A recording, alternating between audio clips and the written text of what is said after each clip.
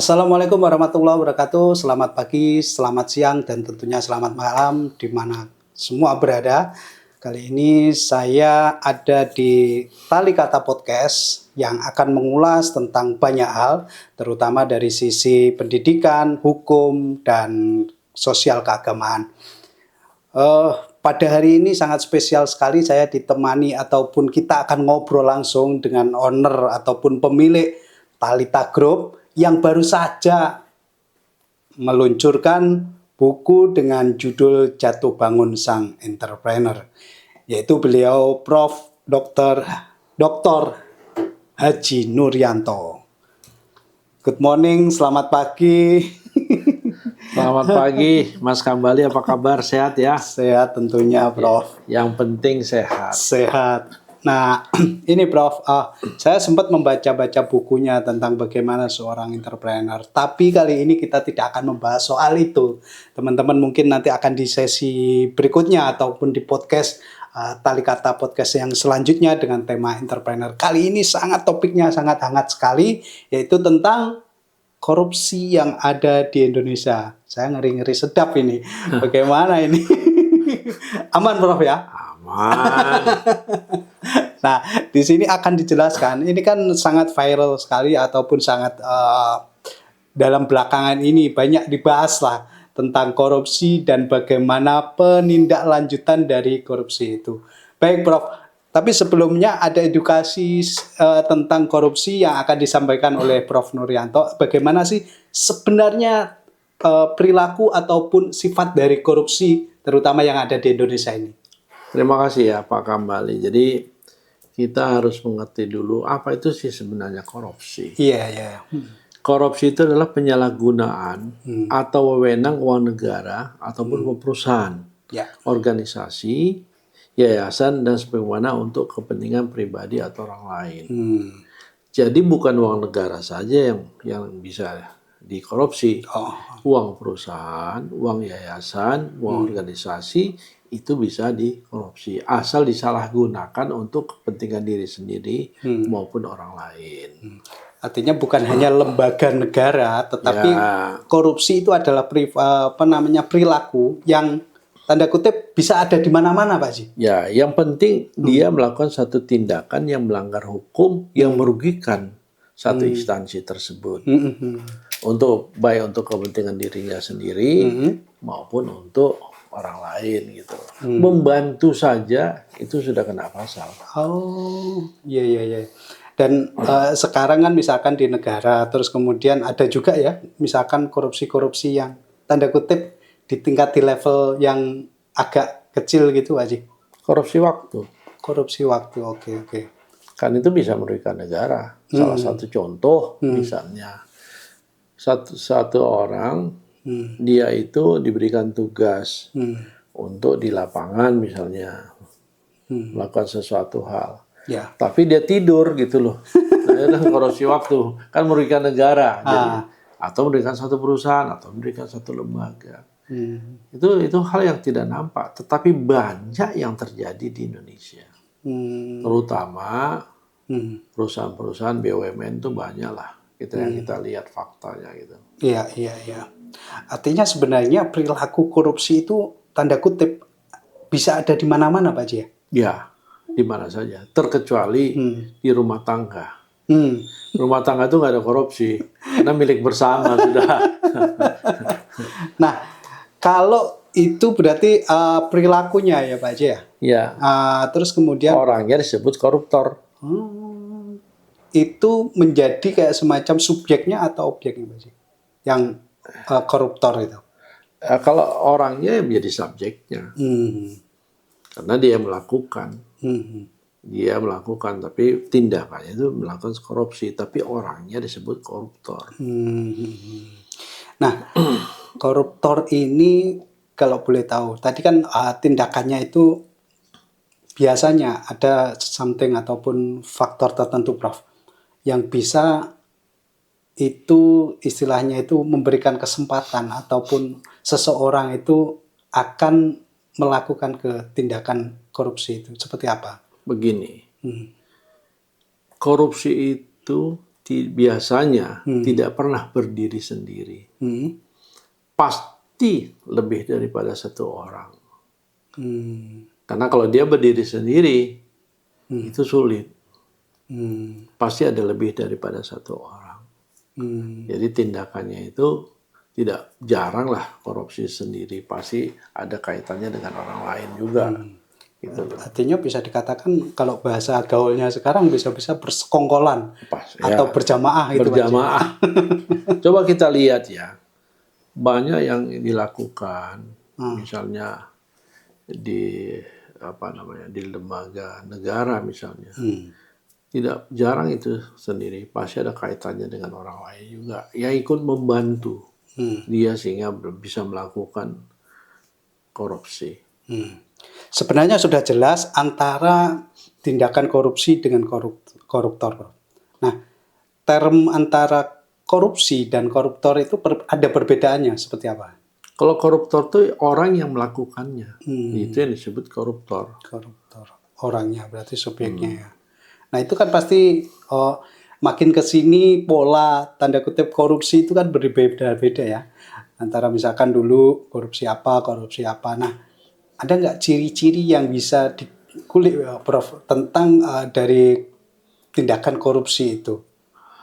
Korupsi itu biasanya ciri-ciri itu selalu melibatkan lebih daripada satu orang. Kemudian biasanya dilakukan dengan kerahasiaan. Tidak mungkin korupsi itu dilakukan terbuka itu sudah nggak mungkin, impossible. Kemudian melibatkan pihak yang saling menguntungkan dan menjaga kewajibannya. Jadi misalnya salah satu contoh ada korupsi di satu lembaga misalnya, itu biasanya melibatkan pihak-pihak tertentu di situ. Misalnya kalau kan uang itu bisa di tangan bendahara misalnya. Nah, bagaimana dia mendapatkan uang itu kalau nggak bersekongkol sama bendahara? Bagaimana dia melibatkan misalnya dia sebagai pejabat itu yang menandatanganin itu. Nah, itu kan bisa ada sekongkol semua. Karena itu bagaimana pejabat itu kan lihat lagi nanti proyeknya udah benar apa tidak kan baru ditandatanganinya kan. Nah, sehingga kalau nggak ada kerjasama nggak mungkin. Ketiga, oknumnya yang bersifat yang berkepentingan. Jadi dia punya kepentingan di situ gitu loh. Misalnya ada satu proyek misalnya. Nah proyek ini sebelum dikeluarkan uangnya kan mesti dilihat oleh pejabat pembuat penanggung jawab keuangan itu biasanya. Nah kalau nggak ada kerjasama antara pimpro proyek itu dengan pejabat pembuat penanggung jawab keuangan itu nggak mungkin terjadi korupsi. Misalnya kalau bang ini nggak benar kan itu toh. Tapi kalau udah cincai sudahlah tutup mata. Wadi piro kamu kan gitu toh. Itu biasanya. Artinya sebenarnya tindakan korupsi itu betul-betul kalau bahasanya itu terstruktur dan sistemik gitu. Oh iya. Itu pasti. Makanya sulit untuk memberantas korupsi. Terkecuali ada dua hal yang dipegang. Kebijaksanaan daripada presiden dan satu lagi adalah pengetatan dari Mahkamah Agung. Prof. Nuryanto ini kan salah satu advokat yang cukup terkenal di Bali. Jadi, itu bisa aja itu. Jadi kita akan mengulas bagaimana hukum seorang koruptor ataupun tindakan korupsi itu. Tapi sebelum itu, Prof, saya akan memperkenalkan madu bawang ini. Ini produk Thalita, jadi pas lagi hujan-hujan itu enak banget kita konsumsi. Tentunya ini menyehatkan dan ini ada level halalnya juga. Jadi teman-teman ataupun netizen ataupun teman-teman Talikata Podcast yang ingin merasakan madu, jangan lupa langsung kunjungi Thalita. Ini banyak banget ini variannya, ada yang model imut banget ini dari kemasannya. Terus kemudian juga ada yang 100% madu asli ini. bisa langsung berkunjung ke Talita. Dan sudah punya sertifikat halal ini. Ya, sertifikat halal loh ini. Ini kalau kameranya bisa di zoomin ini, nah ini ada halal ini. Jadi keren ini. Jadi misalkan kalau teman-teman ataupun para penggemar madu, ini cocok sekali untuk dikonsumsi. Apalagi sekarang musim hujan yang rawan akan sakit, mungkin masuk angin dan lain sebagainya. Nah, oke Prof. Tadi sempat kita bahas soal hukum korupsi di Indonesia. Sekarang ini banyak sekali ataupun lagi booming ya, apalagi dibahas-bahas pakar-pakar hukum itu tentang apa ya, sesuatu yang dimaafkan dengan asumsi kalau dimaafkan uang korupsi itu akan dikembalikan. Bagaimana sih sebenarnya hukum ataupun undang-undang tentang korupsi yang ada di Indonesia itu, Prof?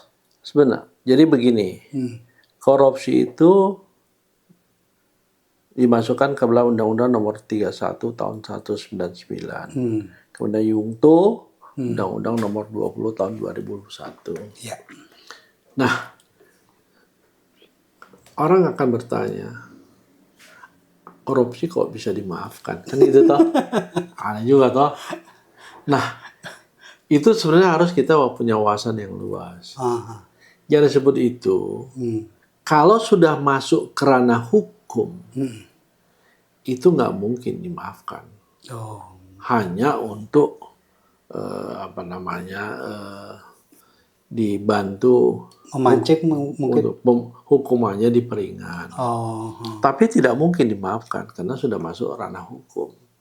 Bagaimana kita memaafkan? Karena kita punya ajas legalitas, ajas kepastian hukum. Iya, iya. Nanti misalnya kalau enak kenanya saya korupsi, ketahuan misalnya saya balikan, maaf itu nggak ada. Hanya yang merasa misalnya saya korupsi nih, sebelum masuk ranah hukum, diam-diam saya bilang sama Pak Kambali misalnya, Mas, aku ini ada ngambil uang negara, Mas, sekian, nih aku kembalikilah, nah gitu loh. Jadi begitu ada pemeriksaan, tidak ada kerugian negara. Nggak ada kerugian negara. Apa ini korupsinya? Sudah dikembalikannya. Oke. Terus kemudian, Prof, kalau model seperti itu ataupun yang bisa dijelaskan kepada masyarakat tentang diksi memaafkan koruptor itu sebenarnya seperti apa gitu? Ataupun memang undang-undang yang ada di Indonesia ini yang mengatur tentang korupsi ataupun tanda kutip sanksi tentang korupsi ini, atau memang bisa dikata masih ringan gitu? Gini, kalau saya sebenarnya undang-undang itu udah bagus. Cuman aparat yang melakukannya itulah yang harus di-brief. Makanya waktu saya bilang, yang bisa salah satu mencegah korupsi ini adalah Presiden, yang pemangku kebijaksanaan, dan Mahkamah Agung. Mahkamah Agungnya instruksikan semua jajarannya, apabila ada kasus korupsi, narkoba misalnya, hukum seberat-beratnya. Sehingga dengan demikian, hukum kita tuh tegas dan lugas gitu loh. Kalau mengacu secara legal formal dalam undang-undang itu, hukuman terberat seorang koruptor itu apa, Prof? Ya bisa 20 tahun. 20 tahun. Lebih. Nah cuman kita ini salah satu di Indonesia belum disahkan undang-undang perampasan aset. Kalau itu diterapkan, wow, makin hebat. Soalnya gini Prof, kemarin itu ada compare ataupun komparasi hukum lah bisa dibilang, terutama untuk sanksi ataupun hukuman dari para koruptor itu, kemudian membandingkan dengan yang pasti Cina lah gitu, puluhan miliar itu hukuman eksekusi mati. Terus kemudian yang Indonesia dengan ratusan miliar, 6,5 tahun penjara. Pasti kan ada komparasi itu, apalagi ada kayak semacam ini gitu. Sekarang yang lagi soal pemaafan para koruptor itu kan, artinya kan itu menjadi komparasi gitu. itu yang saya katakan bahwa kuncinya itu adalah di Mahkamah Agung. Ya. Mahkamah Agung menginstruksikan seluruh pengadilan apabila terdapat kasus korupsi, hukumlah seberat-beratnya. Ya, kalau bisa jadi jangan ada misal walaupun memang kita ada equality before law misalnya, ada keadilan, ada apa, tapi excuse untuk korupsi narkoba misalnya itu di luar daripada pertimbangan yang lain, karena itu sudah merugikan negara. Bayangin aja, masa dari dulu korupsi nggak bisa diberantas, kan itu. Cita-cita bersama. Ya. Baru cita-cita. Dan saya pidato pertama dari Pak Presiden kita, Pak Prabowo, adalah memberantas korupsi. Itu memang cukup hebat itu, dan cukup berani gitu loh. Dan harus didukung. Harus kita dukung gitu loh. Prof, kalau sekarang usianya sampai berapa, Prof? Sekarang? Saya sudah 65 lebih. 65. Dari 65 tahun ada, bisa dibilang ya, soal cerita dari para koruptor di Indonesia kan berbeda-beda.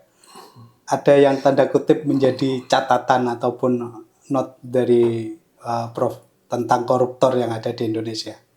Mungkin tokohnya atau tokoh, bisa dikata koruptor kok tokoh.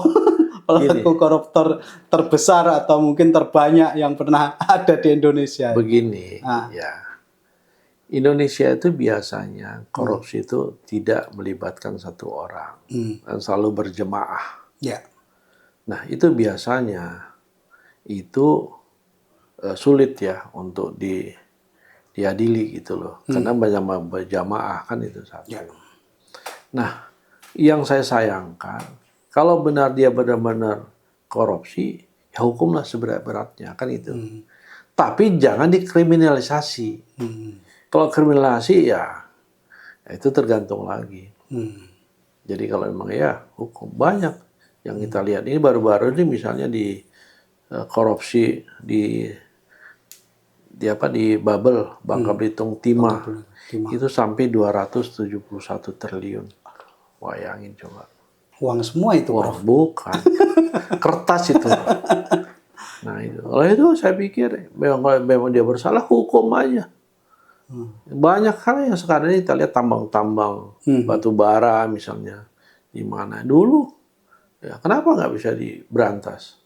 Sekarang aja begitu ada Pak Prabowo diberantas, saya juga surprise itu, senang saya. Presiden kita ini sekarang berani, saya senang. Artinya ketegasan sebenarnya. Tegas, sudah senang saya.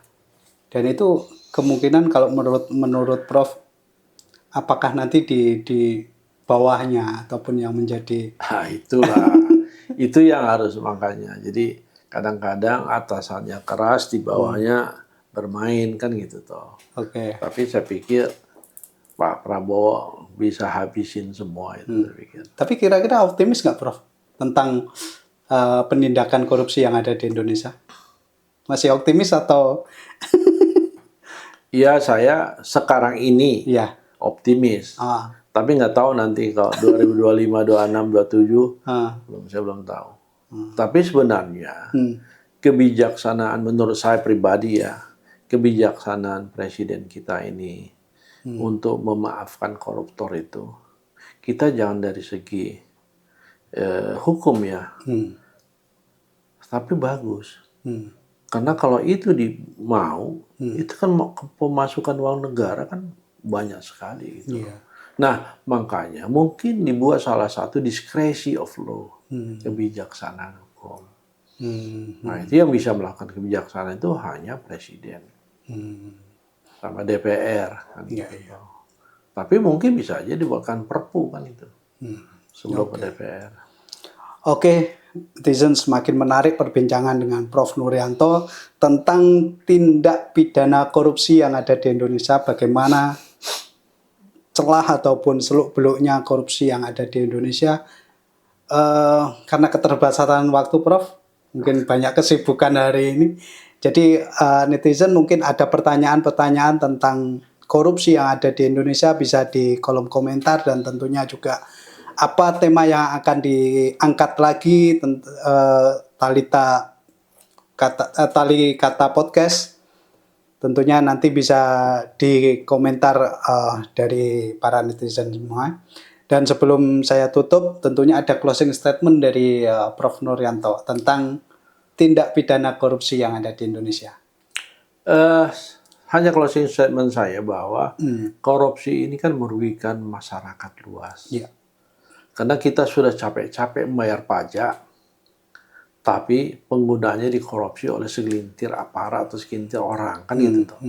Jadi harapan saya seperti tadi, bagaimanapun korupsi harus dihukum seberat-beratnya, dan undang-undang perampasan aset kalau bisa itu disetujui gitu, diputusin, sehingga dengan demikian terjadi clean government dia akan datang.